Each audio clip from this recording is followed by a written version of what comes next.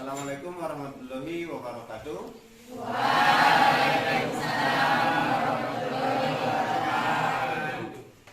Pada kesempatan ini kita di kelas 12 PKJ 1 akan mencoba menyusun sebuah keyakinan kelas, yang mana nanti kita berharap dengan keyakinan ini akan bisa mewujudkan lingkungan belajar sebagaimana yang menjadi impian kita bersama. Jadi untuk kegiatan kita dalam penyusunan keyakinan kelas, Bapak akan meminta pendapat Ananda semua mengenai peraturan apa yang kita butuhkan di kelas ini. Dan itu nanti dituliskan di secari kertas. Silakan nanti dibuat di kertas kecil saja, kemudian tuliskan satu peraturan menurutmu yang paling penting ada di kelas kita. Dan setelah itu nanti selesai, kepada Anda semua Bapak akan memberikan kesempatan menuliskan peraturan yang menurutmu itu paling penting untuk ditempelkan di whiteboard kita. Dan dari situlah nanti kita akan coba mengelompokkannya menjadi sebuah keyakinan kelas. Kira-kira instruksinya bisa dipahami semua? Bisa. Nah, baiklah, jika bisa silakan coba disusun satu peraturan yang paling penting menurut Anda semua.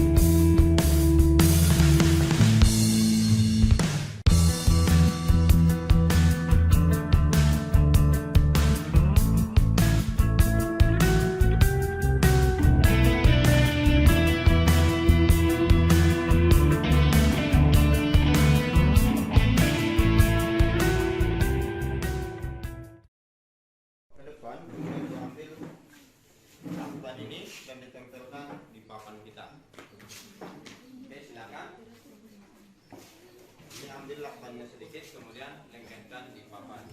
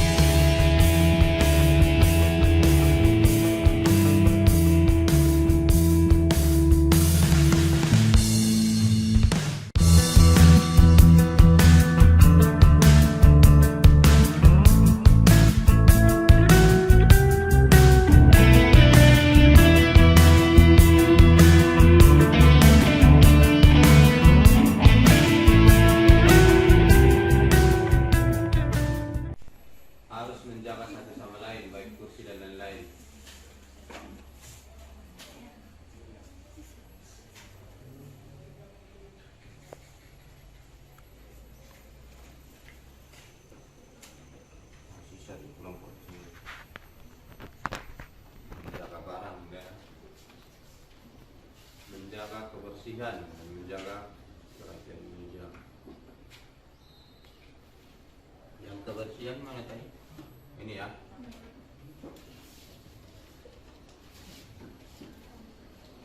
Kemudian tidak boleh ribut,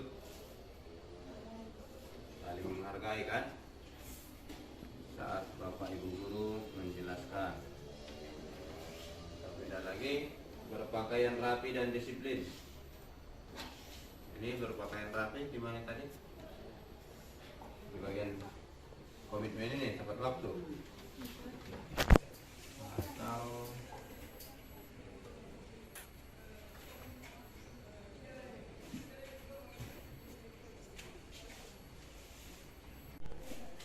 nilai pertama adalah kedua kesopanan. Kemudian nilai ketiga komitmen datang tepat waktu ke kelas dan penyerahan tugas. Tanggung jawab, kedisiplinan, apa kira-kira?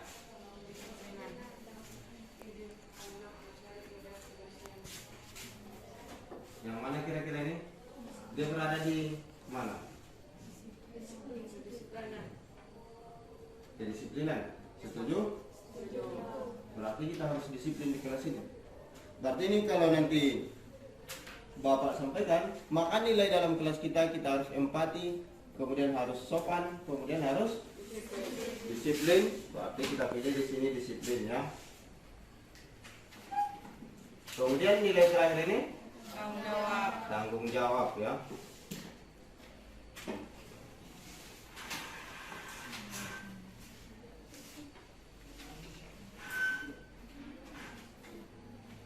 Kira-kira ada usulan atau pendapat lain yang akan menambah ini, atau kita cukup mengangkat 4 nilai saja? Dengan kita saling merasa empati, dengan kita sopan, dan dengan kita disiplin dan bertanggung jawab, kelas kita akan terwujud sebagai kelas impian ya. Apakah semua setuju kira-kira? Setuju.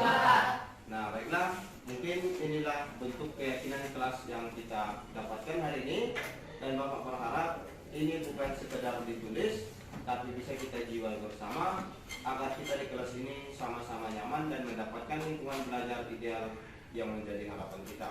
Mari sama-sama kita yakini bahwa kita harus punya rasa empati terhadap kawan dan guru, bahwa kita harus saling sopan santun terhadap kawan dan guru, kemudian kita harus disiplin, datang tepat waktu dan tepat waktu dalam menyerahkan tugas, dan yang terakhir, kelas ini adalah tanggung jawab kita bersama untuk ketertiban dan kebersihannya. Mungkin itu saja mengenai keyakinan kelas kita hari ini. Bapak sudahi. Assalamualaikum warahmatullahi wabarakatuh.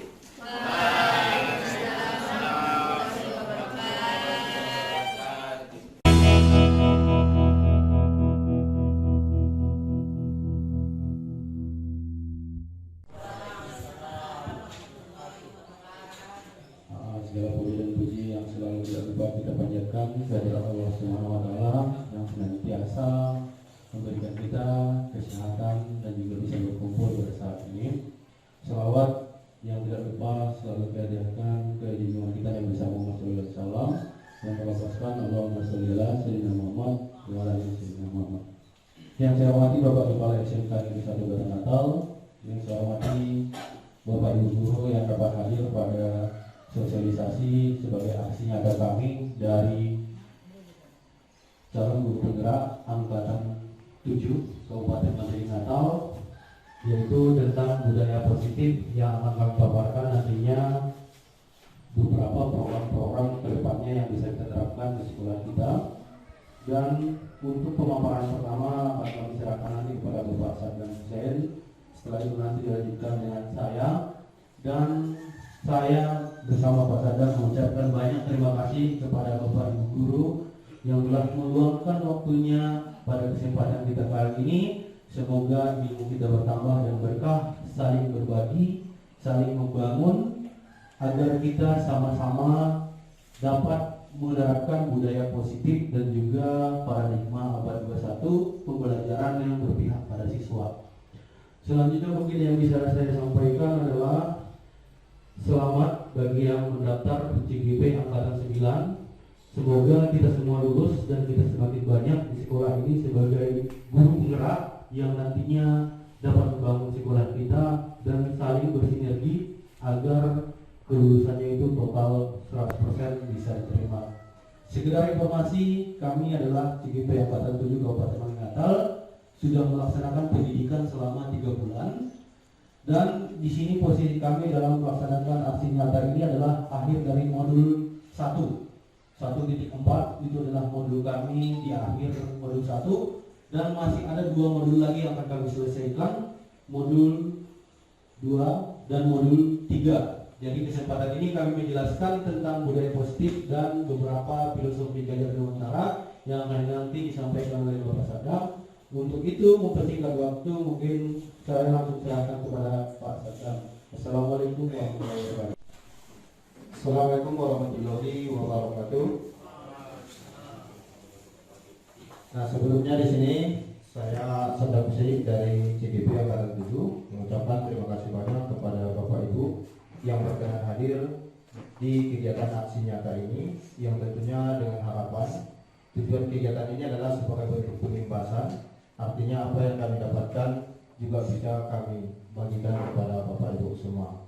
Dan tentunya juga sebelum kami mulai, kami di sini memohon maaf bila nantinya banyak kesalahan, karena tak lepas namanya juga kami masih dalam tahap belajar mengikuti program guru penggerak ini, dan dengan harapan kita juga saling mengisi untuk kebaikan dan kolaborasi di sekolah kita.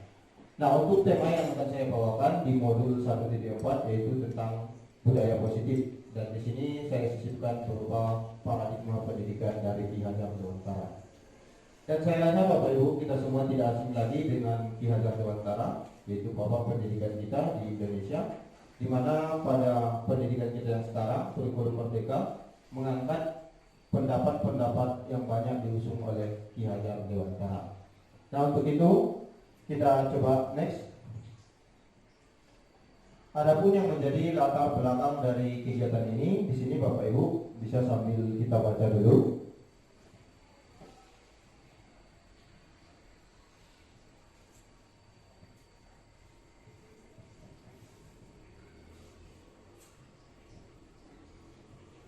Oke, pada kesimpulannya, di sini yang melatar belakangi bagi kami kenapa tema ini perlu kita angkat. Kita melihat sebagian besar siswa kita itu yang di sekolah, mereka datang itu hanya sekedar menggunakan motivasi ekstrinsik, tidak berupa panggilan jiwa dari siswa kita. Bukti nyatanya di mana kita menemukan ini, yaitu di mana siswa-siswi kita mau mengikuti pembelajaran di sekolah kita hanya sekedar agar nilainya tidak jelek, 1, agar dia tidak ditegur guru, 2. Yang jelas faktor-faktor yang muncul dari siswa ini sebenarnya adalah bukan yang kita harapkan, dan ini yang akan kita benahi. Dan kedepannya bagaimana cara kita agar siswa itu datang ke sekolah kita memang dengan harapannya sendiri, bukan karena pengaruh dari luar. Oke, coba di next.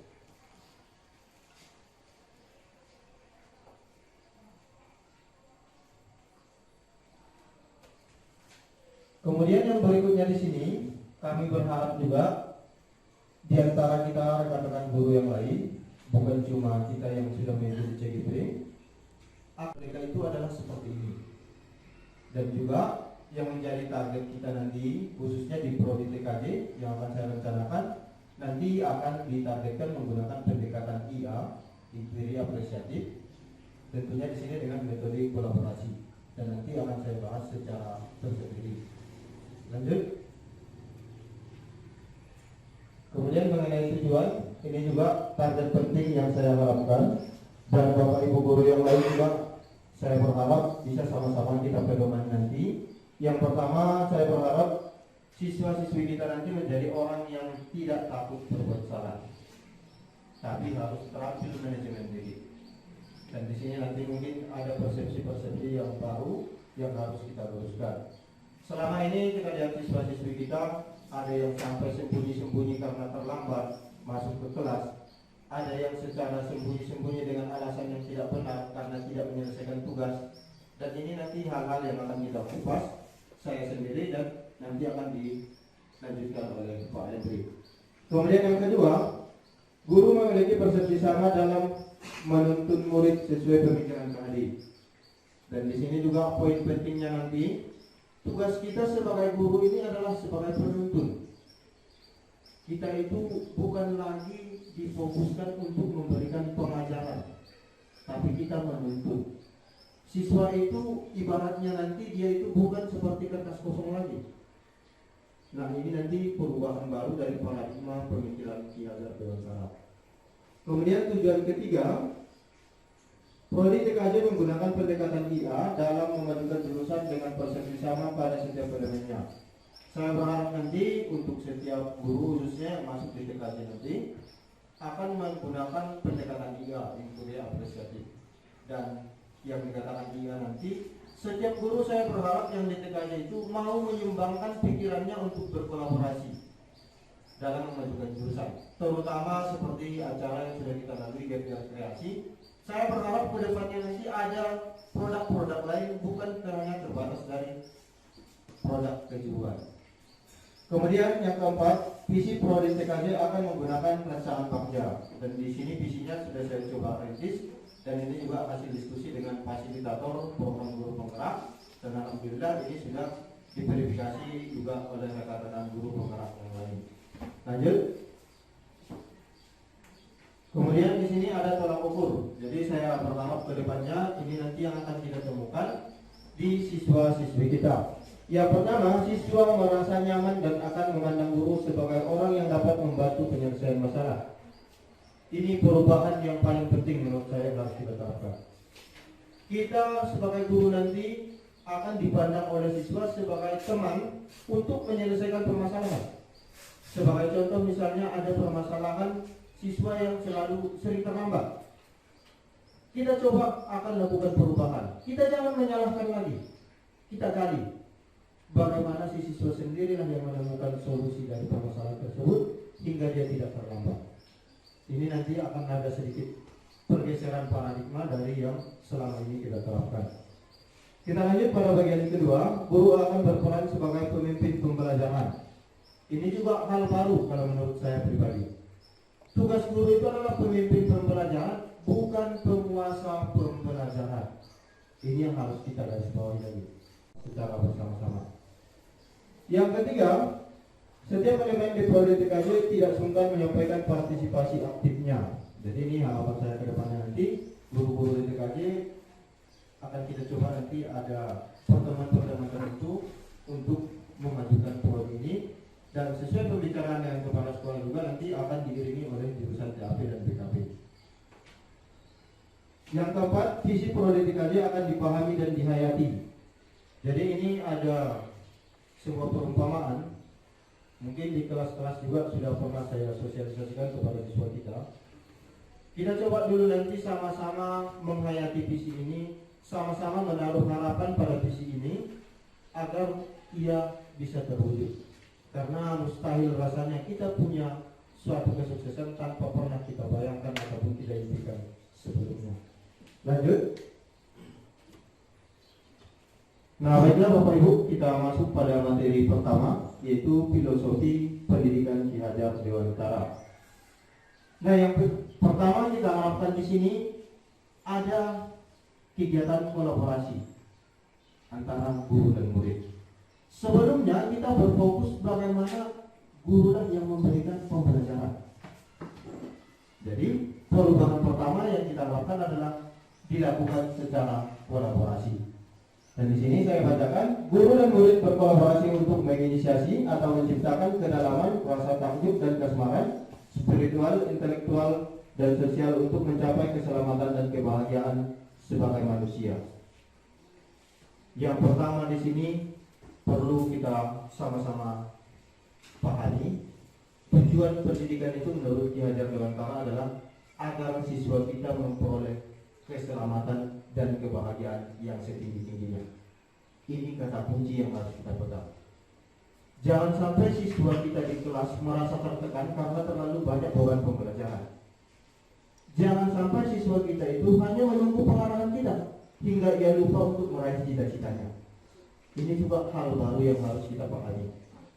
Mewujudkan siswa yang selamat dan bahagia, baik dia sebagai individu maupun sebagai anggota masyarakat ketika sudah dilepaskan ke dunia masyarakat. Kemudian yang kedua, siswa dan guru merdeka belajar yang berkolaborasi bersama menggali dan mengembangkan potensi siswa dan mengakomodasi karakteristik masing-masing untuk mewujudkan student well-being. Ini juga sama tujuannya, mewujudkan siswa yang selamat dan bahagia.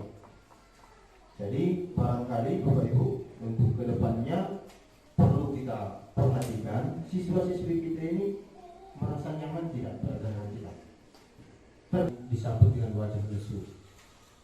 Ini perubahan yang harus kita bawa. Dan bagaimana membuat mereka merasa bahagia? Tentunya kita sebagai guru lah yang harus menyesuaikan diri dengan karakteristik siswa kita. Jangan kita paksakan kita itu seperti raja di kelas. Siswa harus mengikuti aturan kita, tidak. Tapi siswa lah yang memiliki karakteristik unik dan kita guru yang memahami. Atau secara istilahnya di Ki Hajar Dewantara itu, guru itu adalah penghamba bagi muridnya. Kita yang menghamba kepada murid agar mereka merasa selamat dan bahagia. Jangan seperti yang selama ini kita lakukan, siswa yang harus mengikuti cara main kita. Kalau siswa mengikuti cara main kita, itulah yang disebut dengan raja di kelas atau penguasa di kelas, bukan pemimpin pembelajaran. Ini perubahan yang harus kita sama-sama pahami dan hadapi. Lanjut. Kemudian di sini ada poin-poin penting bagaimana nilai dan peran seorang guru menurut Ki Hajar Dewantara. Tugas kita yang pertama sebagai guru adalah menuntun atau amal. Yang dikatakan menuntun atau amal, siswa-siswi kita ini sudah punya potensi tersendiri. Tugas kita adalah bagaimana mengarahkannya untuk mencapai tujuan yang diharapkannya. Jadi kita tidak boleh memaksakan siswa kita lagi. Mereka bukanlah penerus cita-cita kita yang terbengkalai. Jangan kita doktrin siswa kita, kamu itu harus seperti ini, harus sukses. Tidak. Mereka punya keinginan. Mereka punya hasrat untuk diwujudkan. Kita tugasnya adalah sebagai among atau penuntun. Kita fasilitasi mereka. Kita berikan mereka bantuan agar mereka bisa mewujudkan apa yang mereka harapkan. Yang kedua, kodrat anak merdeka. Yang dikatakan di sini kodrat anak merdeka, jangan lagi siswa kita itu kita buat seperti jajahan kita. Ini juga perubahan yang penting menurut saya. Yang dikatakan siswa sebagai jajahan kita, setiap siswa itu harus berdasarkan perintah kita. Itu juga hal yang sedikit keliru. Kita berikan mereka kebebasan untuk eksplorasi diri, terutama dalam hal menentukan sumber belajar. Jangan kita paksakan harus buku A. Semua materi harus buku A. Selain buku A tidak salahkan. Ini tidak baik untuk kita teruskan. Kita berikan mereka kemerdekaan. Mau belajar dari YouTube, mau belajar dari internet, mau belajar dari manapun, asal tujuan yang kita targetkan itu tercapai, kita berikan mereka kebebasan. Jangan kita batasi eksplorasi diri siswa. Yang ketiga, kodrat anak kita sesuaikan dengan karakteristik usia siswa kita. Barangkali kalau kita di tingkat atas mungkin bermainnya pun sudah ada permainan yang khusus ya, kita sesuaikan dengan usianya. Dilanjutkan pada poin berikutnya, berpihak pada murid. Nah ini tadi, kalau kita perannya sebagai pemimpin pembelajaran, apapun yang kita lakukan itu harus berpihak pada murid.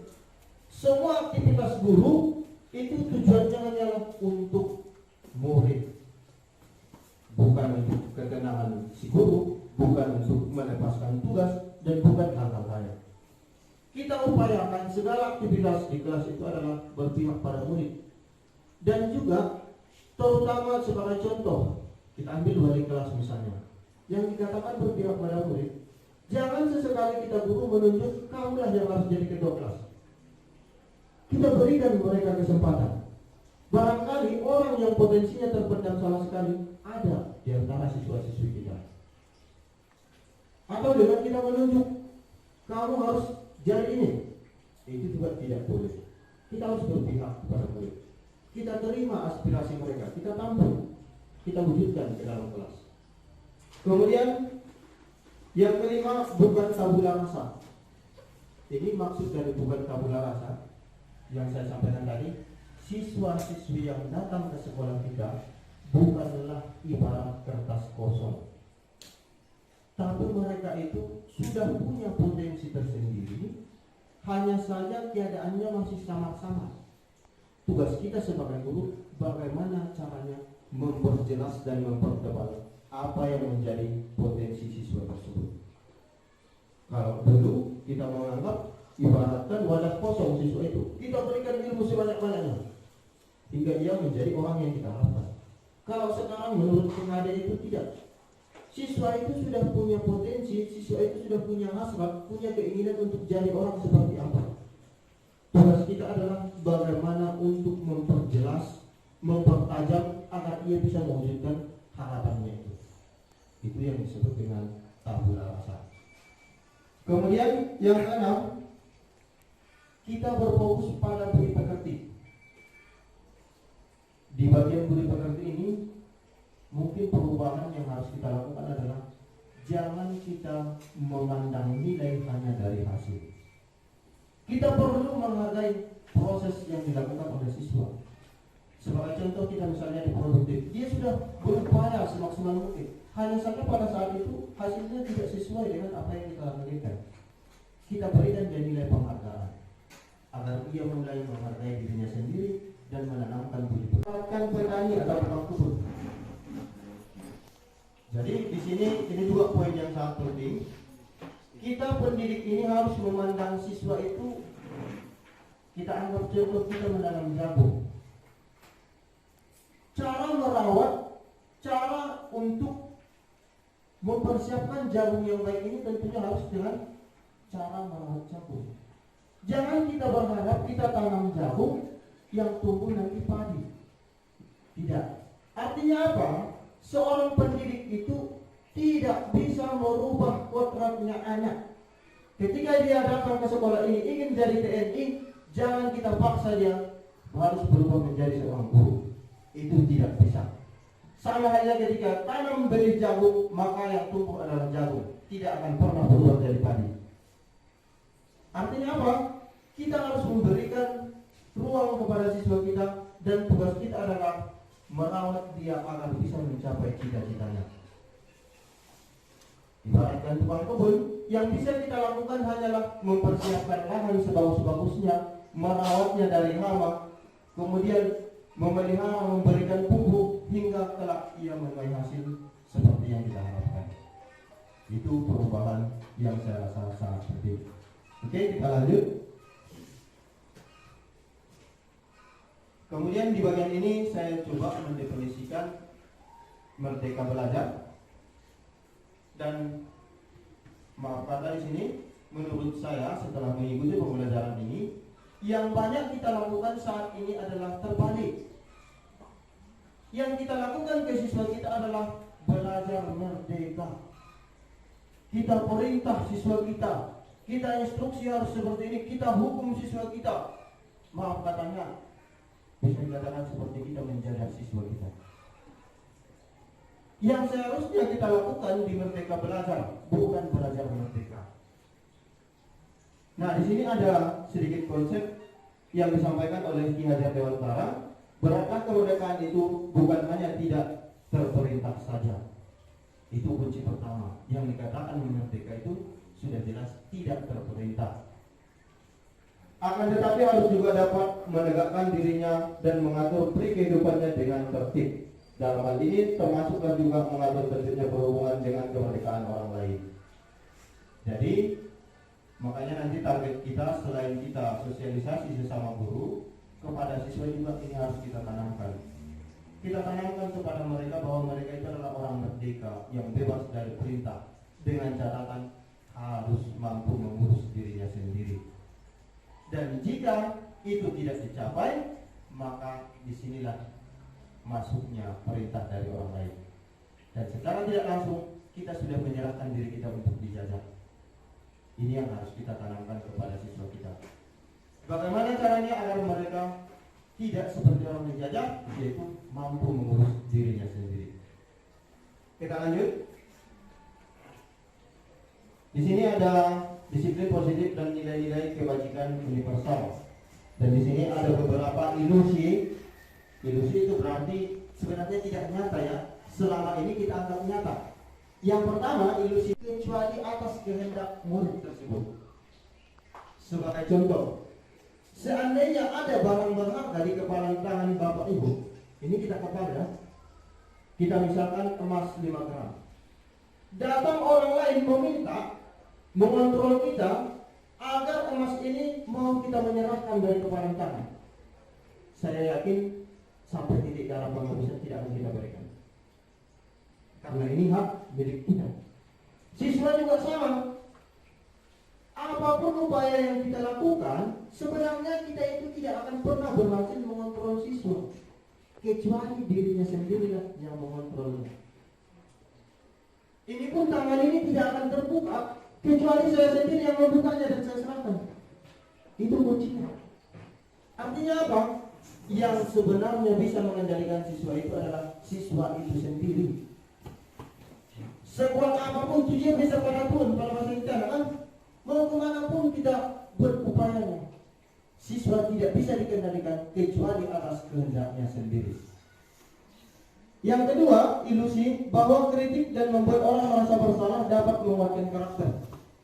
Ini juga contoh kasus yang real di lapangan kita. Saya ingin kita coba lakukan perubahan. Dengan kita membuat siswa merasa bersalah, kita berharap karakternya akan semakin kuat. Ini juga ilusi, bukan kenyataan. Contohnya bagaimana? Kita bilang ke siswa kita, "Nak, kalau kamu begini, kamu gak kasihan dengan orang kamu." Ini bukan mengubah dia, tapi yang ada di dalamnya itu adalah membuat karakternya ini merasa buruk kali saya.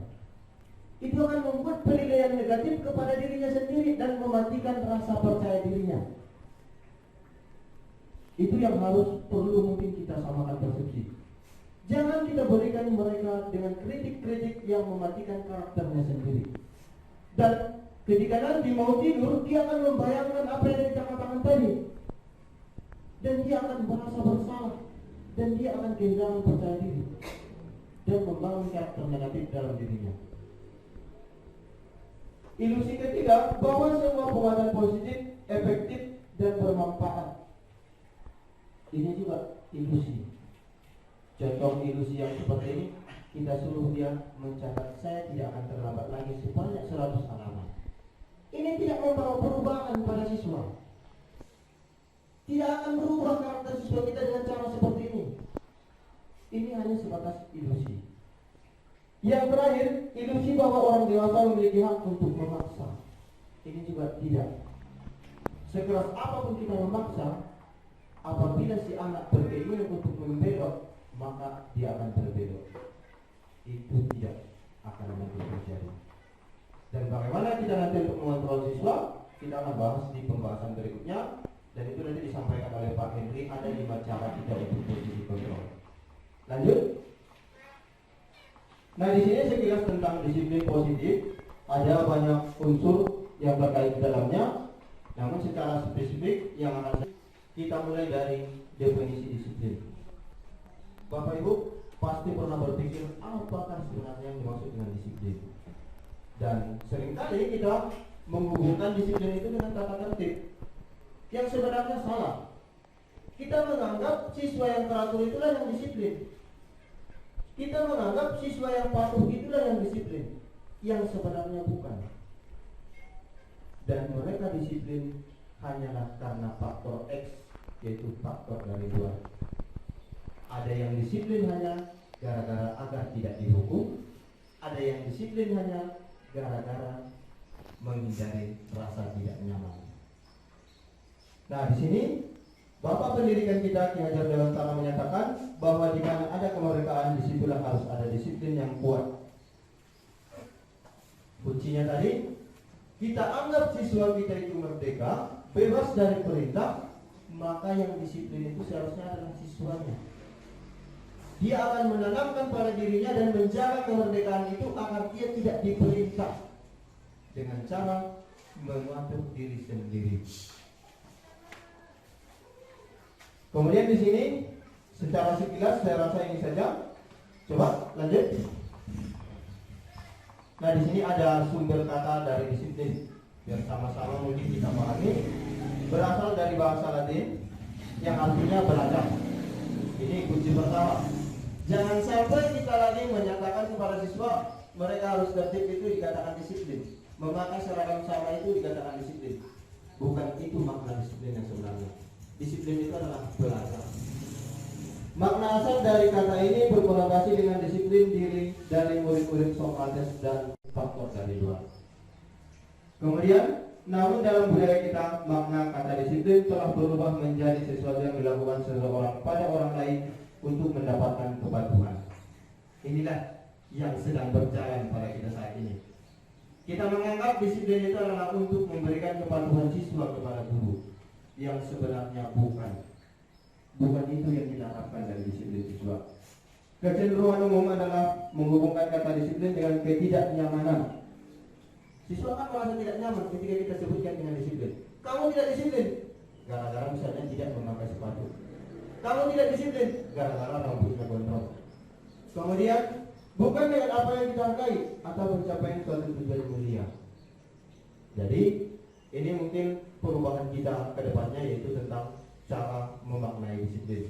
Lanjut. Nah, di sini ada nilai-nilai kebajikan universal. Jadi tadi kita menyebutkan siswa akan mau disiplin karena ada nilai-nilai yang dia hargai. Seperti apa nilainya? Inilah nilai-nilai yang bisa ditanamkan kepada siswa-siswi kita. Setiap perilaku atau perbuatan memiliki suatu tujuan. Dan ini juga harus kita rubah cara pandang kita. Apabila siswa sering melakukan hal yang berulang, yang kita telusuri bukan perbuatannya lagi, tapi apa tujuan yang sebenarnya. Kenapa dia seperti itu? Kita kaji. Seperti contoh kasus misalnya ada siswa kita sering terlambat, rupanya dia ada yang karena membantu orang tua dulu, atau dengan hal-hal lain yang bisa kadang membuat kita merasa miris hati ketika sudah kita tahu penyebabnya. Kemudian kita lanjut dengan mengaitkan nilai-nilai kebajikan. Diyakini seseorang maka motivasi intrinsipnya akan terbangun. Jadi dengan nilai-nilai seperti ini diharapkan siswanya itu punya motivasi dalam dirinya sendiri, bukan karena takut dihukum atau bukan karena guru lagi. Kita lanjut di sini untuk nilai yang kita tanamkan dan kita harapkan pada siswa kita itu adalah profil pelajar Pancasila. Kita berharap siswa kita itu beriman, bertakwa kepada Tuhan Yang Maha Esa dan beranak mulia, kemudian mandiri, bernalar kritis, berkewenangan global, bergotong royong, dan kreatif.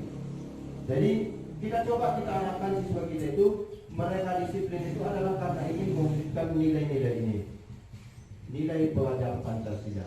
Karena inilah yang bisa mereka bawa sampai mereka lulus nantinya. Lanjut. Nah, di sini di materi keempat kita akan mengupas tentang teori motivasi, hukuman dan penghargaan, dan yang terakhir restitusi. Lanjut. Nah, di sini Bapak Ibu, kita mengenal motivasi itu ada 3. Yang pertama ada motivasi eksternal, kemudian yang kedua motivasinya eksternal juga, tapi sumbernya berbeda. Dan yang ketiga motivasi internal, tujuan disiplin positif. Motivasi pertama, kebanyakan siswa-siswi kita di kelas mereka hanya menghindari ketidaknyamanan atau hukuman. Apa yang akan terjadi apabila saya tidak melakukannya? Ketika kita mengajar, siswa kita diam hanya karena takut ditegur. Siswa kita masuk kelas, siswa kita datang ke sekolah hanya mengharapkan imbalan. Sejak itu anak, biar saya dapat penghargaan dari guru, biar saya dapat penghargaan dari sekolah. Ini juga bukan hal yang kita harapkan. Yang kita harapkan adalah di bagian terakhir untuk menghargai diri sendiri. Saya akan menjadi orang yang seperti apa bila saya melakukannya. Jadi kita berharap dan kita coba tanamkan ke siswa kita itu, kalau Anda seperti ini, kamu akan bisa memperoleh nilai-nilai baik seperti ini. Itu yang kita tanamkan. Jangan lagi kita tanamkan, belajarlah sekeras mungkin, belajar keraslah agar kamu jadi juara. Jangan. Tertiblah agar kamu tidak dihukum. Jangan, bukan ini yang kita harapkan. Tapi kita tanamkan dalam siswa kita, kalau Anda bagus dalam belajarnya, rajin dalam belajarnya, maka kamu akan terbiasa kelak setelah lulus itu ketika memasuki dunia kerja. Itu contoh. Kemudian lanjut. Nah, di sini ada merdeka menurut Ki Hajar Dewantara. Merdeka itu artinya tidak hanya terlepas dari perintah, akan tetapi juga cakap buat memerintah diri sendiri. Jadi yang kita targetkan itu siswa kita itu bukan lagi pengharap perintah dari gurunya, tapi dia tahu kapan dia harus belajar, kapan dia harus masuk kelas, kapan dia harus berbicara, dan dia tahu bagaimana berhubungan dengan siswa lain. Lanjut. Nah, di sini dihukum oleh penghargaan. Ini juga hal yang selama ini kita anggap baik, ternyata menurut filosofinya Ki Hajar Dewantara itu sebenarnya kurang baik, yaitu dengan memberikan penghargaan kepada siswa. Dalam artian bukan salah memberikan penghargaan, namun ada cara yang seharusnya kita lakukan agar penghargaan itu membentuk karakter si siswa, bukan sembarangan dengan memberikan penghargaan. Karena dengan pengaruh ini, penghargaan sifatnya hanya pengaruhnya jangka pendek. Hanya ketika ada penghargaan maka si siswa mau melakukan. Yang kedua, penghargaan menghukum. Orang yang tidak mendapat penghargaan akan merasa terintimidasi. Ternyata yang saya lakukan tidak sesuai yang saya lakukan. Kemudian yang ketiga, penghargaan mengurangi ketepatan. Siswa hanya berlomba akan mendapatkan penghargaan. Dia tidak peduli dengan kualitas kerjanya lagi. Yang berikutnya, penghargaan tidak efektif. Kenapa? Karena kita butuh modal untuk setiap pertemuan harus memberikan penghargaan. Yang berikutnya, penghargaan merusak hubungan. Yang merusak hubungan nanti jika suatu saat kita tidak mampu lagi memberikan penghargaan, apa yang terjadi? Siswa kita kecewa.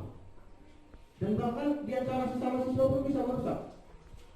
Perasaan si siswa dia lebih bagus karyanya, tapi bukan dia yang mendapat penghargaan, maka terjadi konflik di antara siswa. Kita lanjut lagi, masih seputar penghargaan. Yang pertama, penghargaan yang selama ini sering kita lakukan dapat menurunkan kualitas, karena siswa terdoktrin hanya berharap penghargaan. Yang kedua, penghargaan mematikan kreativitas. Dia tidak berpikir untuk eksplor diri, tapi yang dia target adalah sesuai dengan penghargaan. Karena saya bisa memperolehnya, maka saya sesuaikan sesuai aturan penghargaan. Dia lupa untuk mengembangkan dirinya sendiri. Kemudian penghargaan mengurangi motivasi intrinsik. Dia bekerja, belajar hanya berharap penghargaan, bukan karena keinginannya lagi. Lanjut. Nah, di sini ada bentuk penghargaan yang bisa kita lakukan Bapak Ibu di dalam kelas. Yang pertama, beri pengakuan secara khusus. Jadi sebisa mungkin yang bagus untuk penghargaannya mungkin nanti kita berikan secara khusus kepada siswa. Jangan ketika ramai-ramainya siswa lain. Kemudian yang kedua, beri pengakuan secara pribadi. Lanjut, beri pengakuan kepada semua murid secara bergantian. Kalau misalnya kita sering mengapresiasi siswa, ya bagus sekali pendapatnya, ini kita usahakan secara bergantian. Jangan menuntut itu saja yang kita katakan pendapatnya bagus. Kita usahakan sama rata kepada semuanya.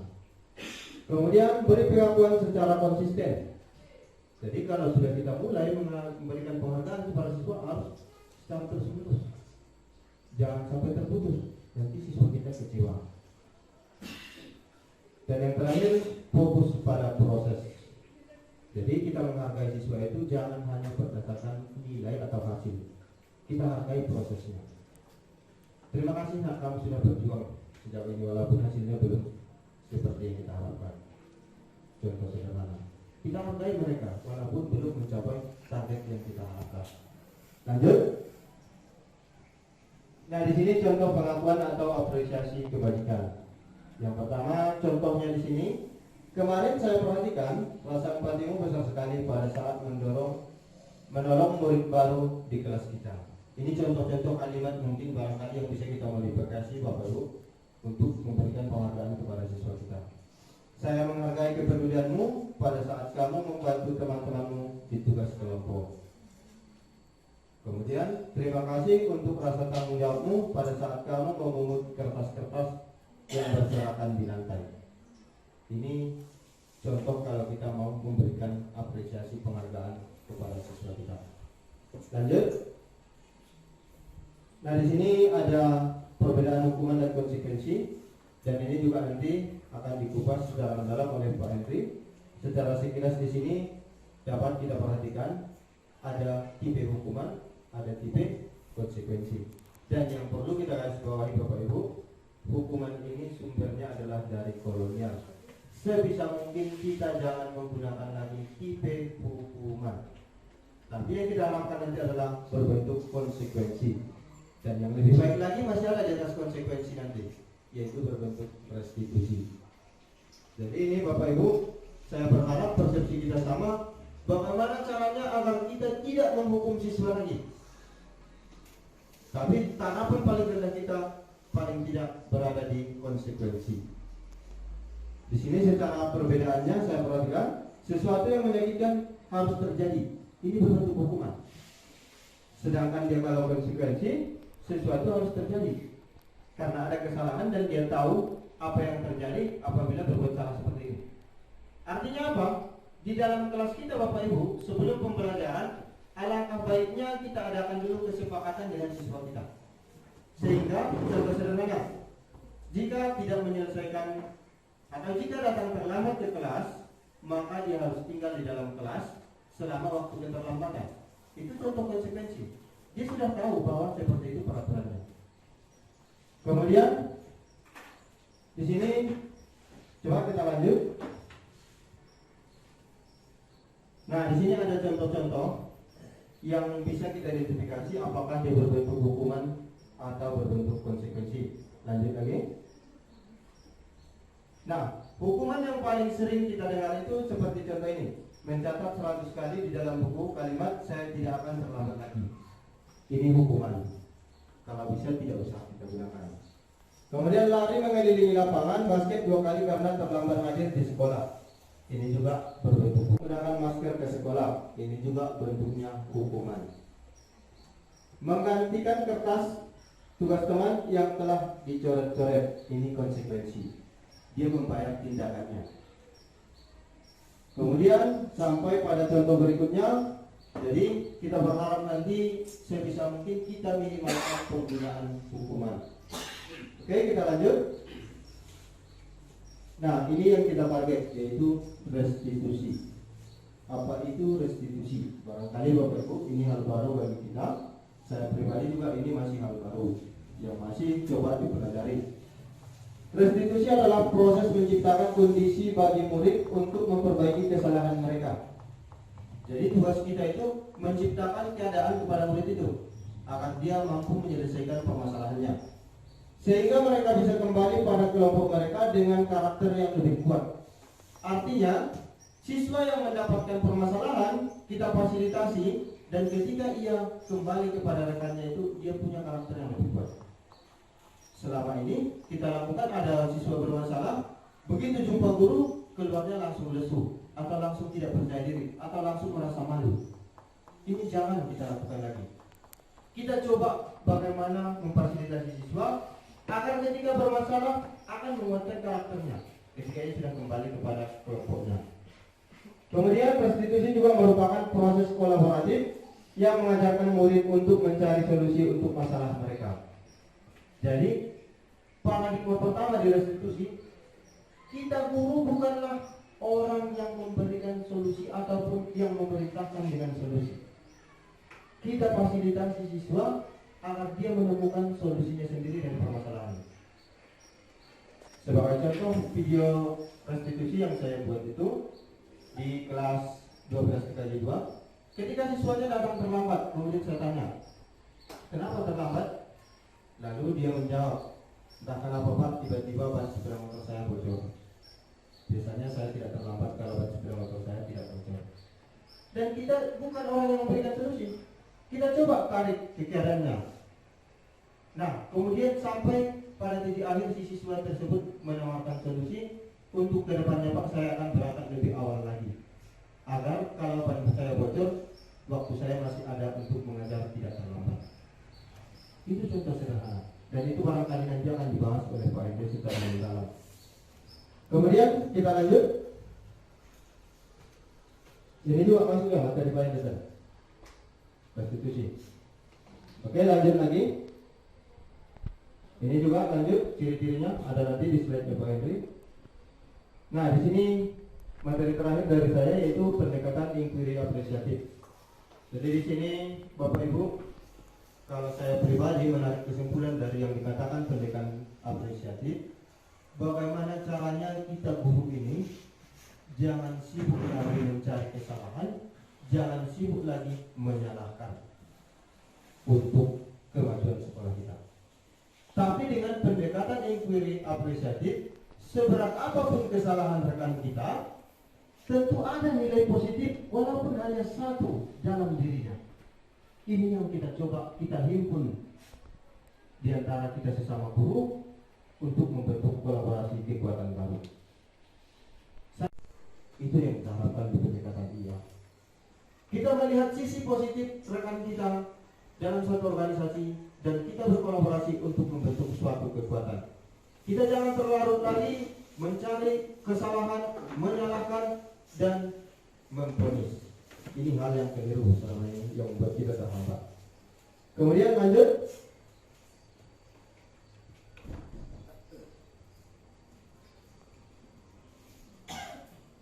Nah, ini Bapak Ibu, secara sepintas saya coba mensosialisasikan visi dan prakarsa di teknik komputer dan jaringan yang saya targetkan untuk diuji coba 6 bulan ke depan, dan sudah saya coba juga berkonsultasi dengan Bapak Kepala Sekolah.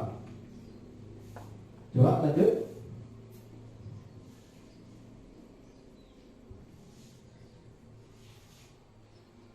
Nah, ini Bapak Ibu guru terutama yang masuk di jurusan teknik komputer dan jaringan, saya berharap kedepannya kita menghayati visi ini. Saya berharap siswa-siswi kita itu menjadi generasi BMW, bekerja melanjutkan wirausaha yang berjiwa profil pelajar Pancasila. Jadi saya ingin Bapak Ibu semua yang masuk di PKJ nanti mengandalkan 3 role ini. Memilih materi untuk diajarkan karena bisa digunakan untuk melanjutkan. Memilih materi ini untuk diajarkan karena bisa digunakan untuk bekerja. Memilih materi ini untuk diajarkan karena ini bisa digunakan untuk berwirausaha. Saya berharap ini peta kita di jurusan TKJ. Dasar alasan buat kita memberikan materi karena bisa dipakai bekerja, karena bisa dipakai melanjutkan, karena bisa dipakai untuk berwirausaha. Dan yang paling penting harapan saya adalah siswa-siswi kita lulus dengan membawa minimal 2 dari target visi ini. Dia bisa melanjutkan sambil bekerja atau dia bisa melanjutkan sambil berwirausaha. Ini yang saya harapkan. Gandeng. Terserah siswa yang memilih bekerja sambil melanjutkan atau dia melanjutkan sambil berwirausaha, atau bahkan bekerja sama sekali pun tidak masalah. Jadi saya berharap kita coba dulu untuk kedepannya kita buat jadi alasan kita memilih suatu topik materi untuk diajarkan karena bisa bekal bekerja, karena bisa bekal untuk melanjutkan, karena bisa bekal untuk berwirausaha. Jadi saya harap nanti dengan ini kita bisa membayangkan seperti apa nantinya lulusan kita. Kemudian di sini mendapatkan kehidupan yang lebih mapan. Saya yakin setiap orang tua sana, siapapun orang tuanya, dia berharap anaknya itu setelah lulus dari sekolah itu punya kehidupan yang lebih mapan, baik melalui bekerja, baik melalui melanjutkan pendidikan, baik melalui berusaha. Itu yang kita target. Kemudian lanjut.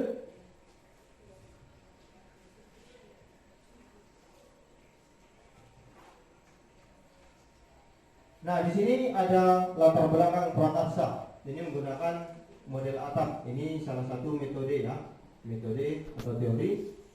Yang pertama di sini aset kita yang harus kita sadari bahwa siswa kita itu sudah terbiasa melakukan uji coba. Itu aset bagi kita. Rata-rata siswa kita sudah punya smartphone, itu juga aset. kekuatan yang harus kita manfaatkan. Kemudian yang kedua, tantangannya adalah tugas kita guru, cara kita mengarahkan penggunaan gadget ini untuk mencapai target tadi, agar dia bisa bekerja, melanjutkan atau berusaha. Nah, seharusnya kamu contohnya yang seperti ini. Kita contohkan misalnya, coba dilihat dulu biografi orang-orang sukses, sehingga siswa kita mulai termotivasi untuk memunculkan wirausaha itu dalam dirinya. Yang dilihat siswa kita bukan hanya sebatas media sosial lagi di handphonenya, bukan hanya TikTok, Instagram, atau hal lain. Itu tantangan bagi kita. Seperti contoh kasus ketika kita uji coba di TKJ membawa handphone, itu kalau kita arahkan, saya rasa Bapak Ibu juga akan lebih enak dalam pembelajarannya. Kemudian aksi, membantu siswa untuk penguasaan keterampilan.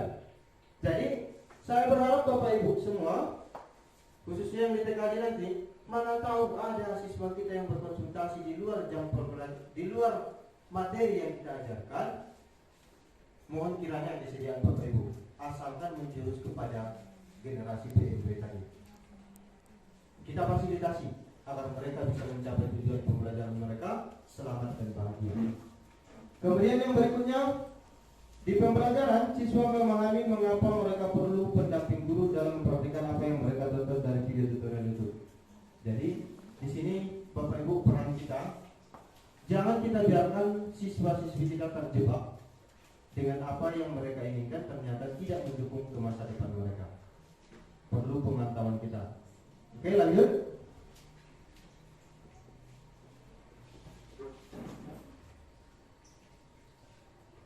Nah, ini salah satu dokumentasi ya yang mendukung dari kegiatan kita tadi. Bagaimana kita melihat siswa-siswi kita itu punya aset, bisa belajar sendiri otodidak. Ini contohnya ya. Itu ada foto Bapak kantin di situ ya. Nah, Pak Alia, ini sebenarnya kan hal yang tidak kita ajarkan. Dan seharusnya ini kita manfaatkan sebagai aset kita untuk mewujudkan siswa yang lebih kompeten. Mereka sudah tahu dari mana harus belajar. Mereka sudah tahu cara menguji coba. Kenapa hal itu tidak kita fasilitasi? Jadi kedepannya saya berharap Bapak Ibu, hal-hal seperti ini kita fasilitasi, terutama dalam mewujudkan visi tadi, mewujudkan generasi PMB. Kemudian lanjut.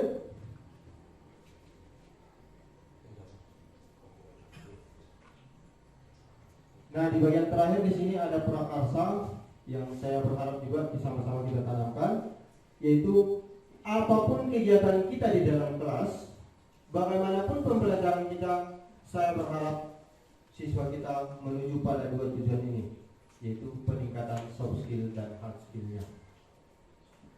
Lanjut. Barangkali itu saja Bapak Ibu pemaparan dari saya.